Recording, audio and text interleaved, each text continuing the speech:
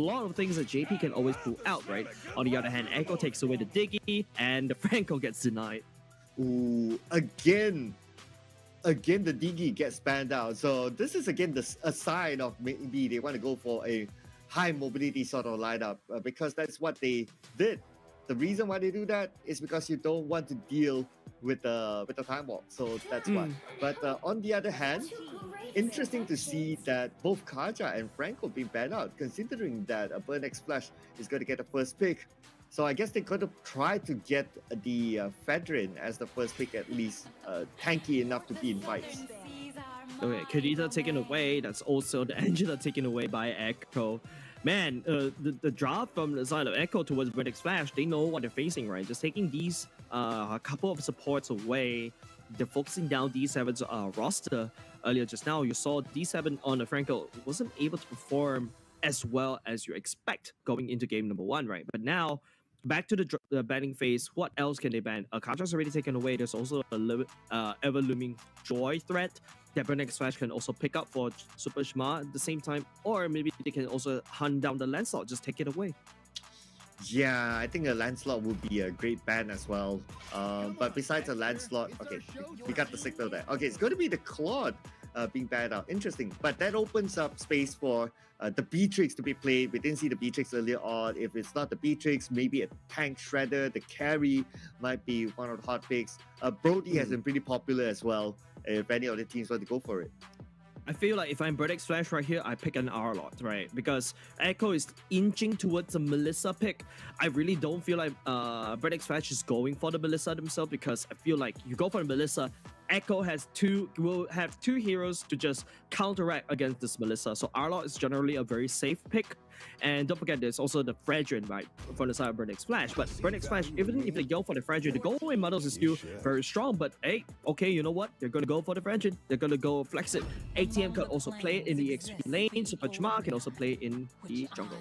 Yeah, that's going to open up space for the Yi. But now the Yi we pick, well, we're going to see the sister of Yi, so to speak, the Valentina, definitely will be picked up by a Burn X Flash after this. It's pretty much a counter, not really a counter, but it's a mirror for that. But on top of that, the Lancelot is still open though. So one of the problems that they have in the previous round is that they don't have enough mobility. And with the Joy being picked up, this is another signal that they need something who can at least match up to the movement speed of Joy. Yeah, AoE damage all across the board from the side of Echo. Not only just that, the Joy also pairs up with the mobility as well. So Burn X Flash right here, they know what they're dealing with. I feel like a Lapu Lapu is really strong for the side of ATM once again. There's also a Yuzhong that they can also pick to counteract against and try to burst down that Eve, right? But now they still need to find a way to deal with his Joy. But if you take a look at Burn X Flash, they took away the very tools that can use that is used to deal with the Joy. Oh, okay. So the Uranus is going to be picked up by Burn X Flash. All right. So that's a signal for Echo to like, okay, let's get a Tank Shredder. So at some point, they might pick up the carry. So, yeah, the nope. There you go. Yep. Tirov is also an answer. I was about to go there. If it's not the Tirov, that's the carry. So this is a direct counter onto the laning phase. Definitely, Darov known to shred against Uranus because you can take away armor, and then because he does burst damage, it also is the same thing as how you counter against Uranus, right? You don't deal DPS towards him, you do consistent burst damage. Wait, that sounds like DPS, but you get the point, right? You get the point. You need to consistently output enough burst damage to burst down this Uranus. If not, the Uranus is going to heal. And now Echo, ooh, banning away the 1-1 right off the bat. This is telling. Ooh, okay. I can understand why the Beatrix play, because Echo has already mentioned that okay, they want to try to close games off faster, and the Beatrix is a good one for them to pick up. So that's why it's being read out by Echo, by Burn X Flash to be banned out now. So the ones that are still open, well, I would say if you want a fast one, Carry is a fast one. Can burst down turrets, that's one. If not, you gotta go for something cheeky. Harry will be a good one for team fights. Yeah, you talk about something cheeky, immediately Estes gets banned away by the side of Echo. Yeah, Estes one more combo alongside with Frederick and also the Uranus. super annoying, right? Even though you pair off the carry, but speaking about carry, Burn X Flash should take to ban that one out. But I feel like Echo, I don't think that even if they take away carry, there's still the threat of the Leslie. We saw Leslie can just immediately burst down the Uranus, right? So I think Echo is in a stable state in terms of the marksman pool, but Burn X Flash right here, the last ban, do they want the carry for themselves though? Ooh. Probably, oh man, it's a hard one, right? So, should it be a carry or should it be a Brody? I guess they leave that out for later thought. They ban out the Kufra first, but looks like it's going to be the Brody. Okay, so now it's going to be the carry. Let's go. Okay, this is interesting, right? Echo, instead of going for the carry known to shred through the Frigid and the Uranus, they're going for burst, right? And there you go. That's Burn X Flash going for the carry instead. Echo, this last pick is definitely going to be a tank. Daryl can also be quite tanky because of the pseudo healing. So carry works well against it because he can just shred through HP bars as he heals it up. But now, right here, they're lacking a roam.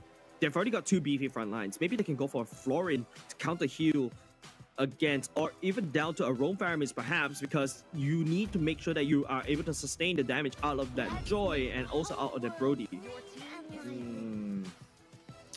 I think what's going to be interesting is if they can use a Cho, that would be pretty nice. Okay, so a Florin, a Cho will be pretty nice because the Cho can really does provide them a lot of mobility. And again, it comes to the same concept of like if you have two heroes with a lot of mobility, you already have the Joy, you add a Cho into the mix, you can come from multiple angles. That will really mess up Burn X Flash.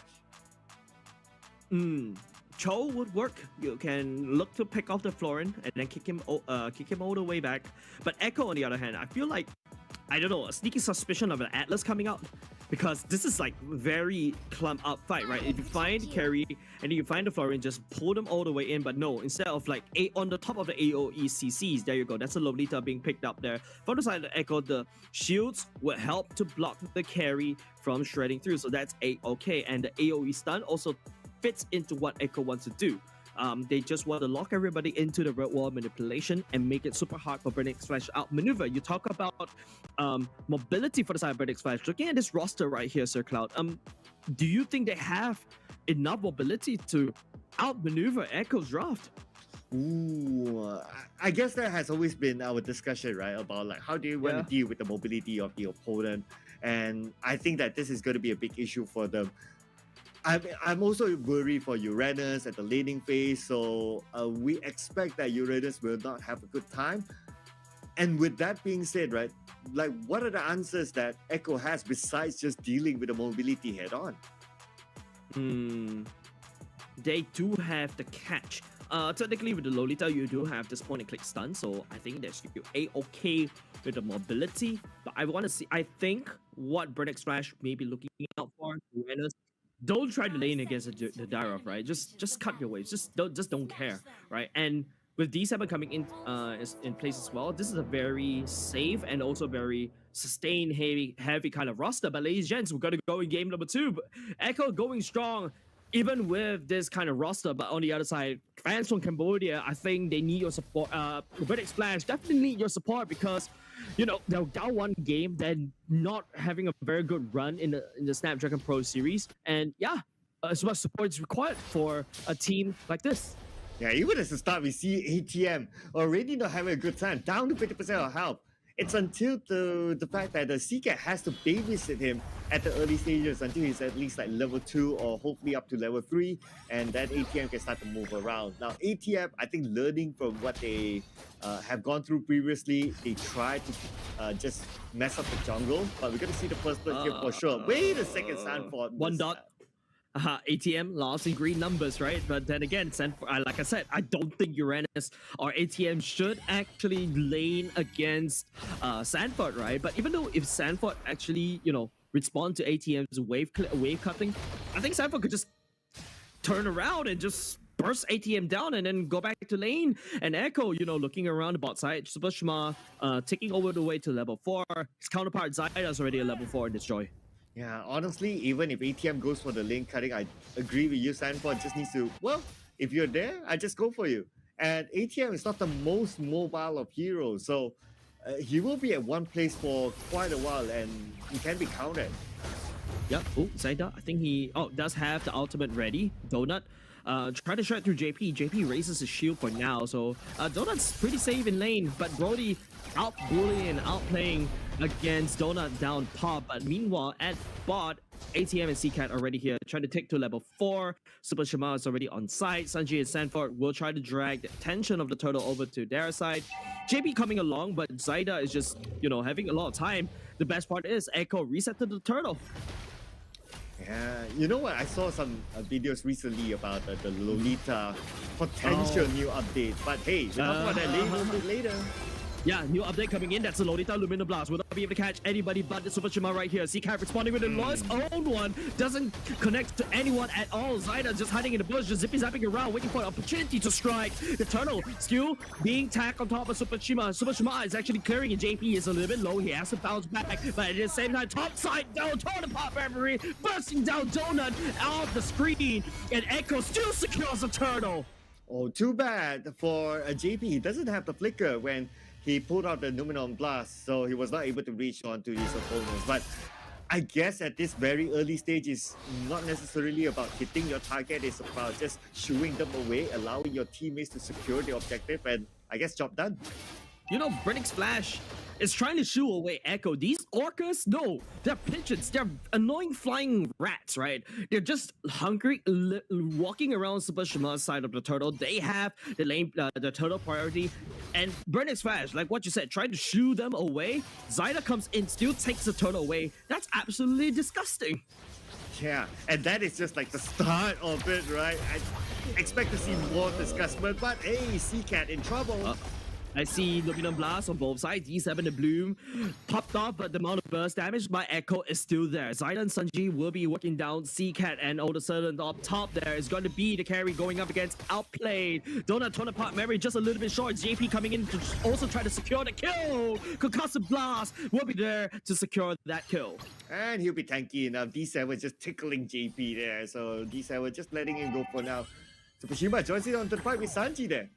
That's the taunt coming out. That's also the stun. JP looking a little bit low. Zaida needs to try to avoid crystals. Slowing down D7's retreat right here. Zaida's on him as well. Pop the ultimate, looking for more. Shima a little bit down low. Does not have the Appraiser's Wrath. Outplay will absorb some damage from CCAT, but they're unfazed. They have solid map control up top and down bot as well. Yeah, we talk about ATM cutting the waves, going behind, but look who's going behind. It is Sanford, and Sanford got a kill in the process. At this moment, ATM, he's not able to play at all. Oh, Verdict Flash is pandemonium. It's a flashbang and also a crash and burn. Flicker, CCAT does have a flicker. Doesn't want to use it at all. Decides to save it up, but JP still has the Luminum Blast. Verdict Flash doesn't have it, unfortunately. Right now, second round, here we go. The total. So at this moment, Burnex Flash seems to be in control of the situation, but Echo, they are waiting for the rest to come, and we'll definitely see a fight. Zaida has arrived, outplay as well. Everyone's just waiting for the turtle to go down. Yep. Oh, D7 spotting out 2. JP right here, walking all the way in. He does have the Luminum Blast, don't forget. That's a stun coming out. Real warm manipulation from Sanji, just laying down the damage. Unfortunately, get cancelled. Super Shima. Zaida will be able to secure the kill on D7. Super Shima next following soon. No Appraiser's Wrath at all. Gets denied. Retribution at the same time. Zaida secures the turtle. Zaida looking for more, but will be clearing the mid lane and pushing down mid. 0-7. Make that 0-8 now again at the bottom lane, Chase. The bottom lane again, and Stanford is just to a certain extent having fun. He doesn't mind giving himself away to the turret because I guess it allows him to go back faster. I don't know. No way. Stanford actually duked it out against ATM down bot. ATM didn't do any damage towards him. It was the turret that executes him instead. So no EXP, no gold. Give it over to ATM. ATM is starved. This is a ATM where you click on it and it doesn't want to give you money. Yeah, go to the next register or use e-wallet instead. Damn annoying. Yeah. Please. Anyway, Super Shima now in the mid lane. JP's gonna come in.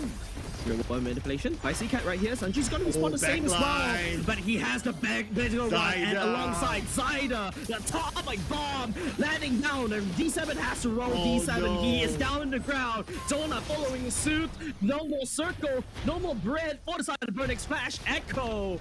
Echoing out loud and proud. Mid lane crack open. Top side gone. ATM successfully shut down by Sanford. They thought they would have at least got Zyda, but Zyda had backup together with him. I mean, the backup from Echo on point. This is the chemistry that they talk about. Train for 12 hours. This is the result. I don't know whether like this is basically like I don't know. This is like how many how additional. Okay, I'm going quick math right here. Oh, sorry, 4 hours additional OT.